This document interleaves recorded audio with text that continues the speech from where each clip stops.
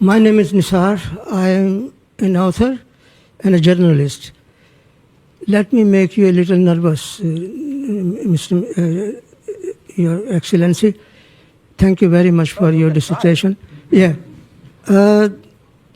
Kashmiris are up in arms because India is occupying Kashmir illegally. That's the reason why they are protesting.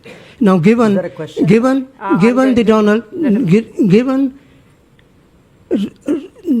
Mr. Trump's zeal for striking peace and peace deal, can Narendra Modi use his friendship with Donald Trump to solve out the problem of Kashmir? There are 1 million soldiers stationed in Kashmir to control 7 million Kashmiris. So what are you going to do about the Kashmir problem? Okay. You haven't spoken about. Can we just capture the question there? Thank you. And there was a similar one from Naomi Canton of the Times of India, pegged to the debate in the UK Parliament today mentioning Kashmir. All right, Kashmir, what are you going to do to solve it? Woman on the aisle in black and white, I think. Oh, okay. Look, on Kashmir, actually we have done, I think, a good job solving most of it. I think removing Article 370 was step number one.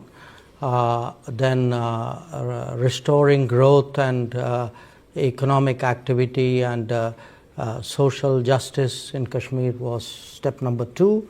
Holding elections, which were done with a very high turnout, was step number 3. I think the part we are waiting for is the return of the stolen part of Kashmir, which is on the under illegal Pakistani occupation. When that's done, I assure you, Kashmir solved. The second question, Global South. You know, look, there are different ways of looking at it, and I give you a perspective. What do countries in Global South largely want? They want more options. They want more experiences to compare, relatable experiences. They would like to get into relationships which actually help them build their society on a sustainable basis.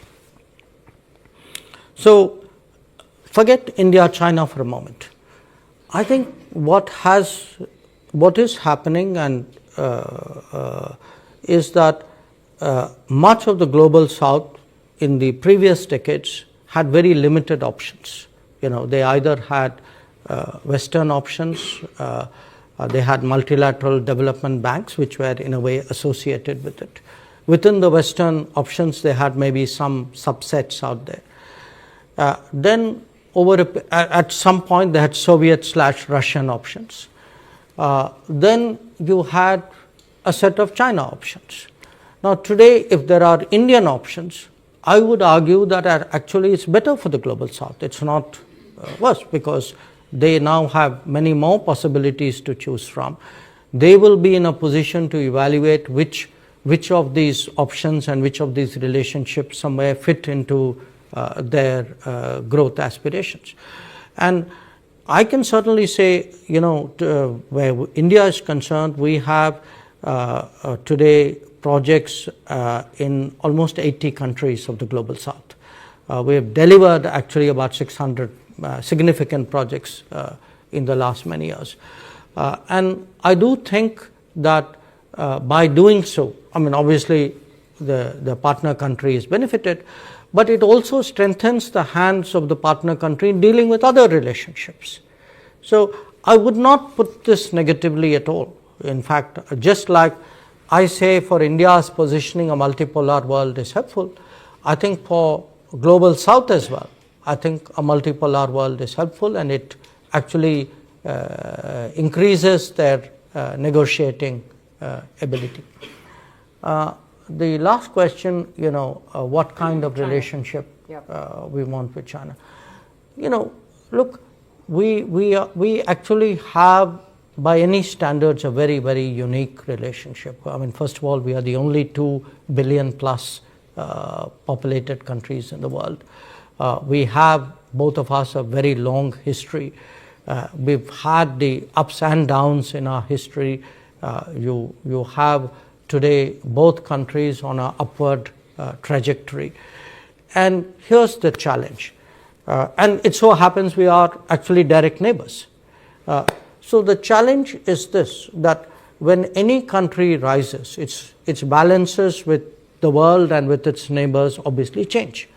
Now, when two countries of this size, this history, this complexity, this consequence rise broadly in parallel, and obviously they have an interplay with each other, I think the issue is how do you create stable equilibriums and then transition into the next set of equilibriums or next phase of equilibriums. And we want a stable relationship, but we want a relationship where our interests are respected, where our sensitivities are recognized, where it works for both of us.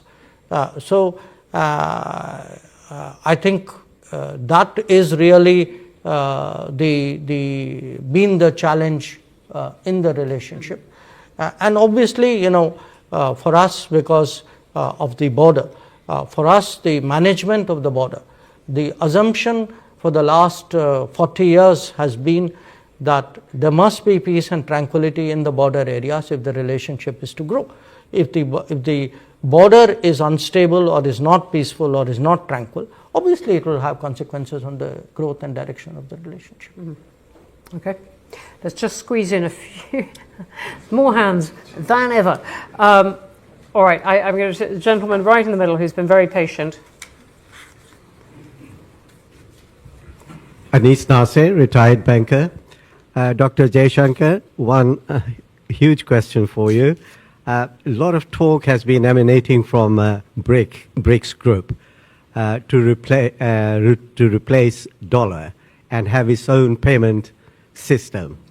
Do you think, in view of fast-changing demographic in respect of politics and economics, is this likely to happen in the next 5-10 years?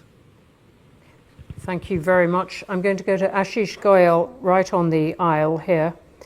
Ashish, if you can wait for a microphone to come to you, which is coming now. Have you got it? Brilliant. Thank you. Thank you, Dr. Jaishankar, for your thoughts. I'm Ashish Goyal. I'm a global macro investor. And I'm going to continue on this dollar theme, actually, because you spoke about the idea of multipolarity being a good thing, and that's where we are headed towards. So why not multipolarity of the dollar, as in the sense currencies across the world, payment systems across the world? And just one perspective is that if the US did not have the dollar reserve status, by now you would have trashed the currency, because look at the fiscal deficit, look at their external deficit, all of that. So I understand that that's been the stable guiding force for the last 80 years. But I think going forward, India needs to prepare itself for a multipolar world, even in the dollar settlement system or the currency system in the world. So would love to hear your thoughts on that.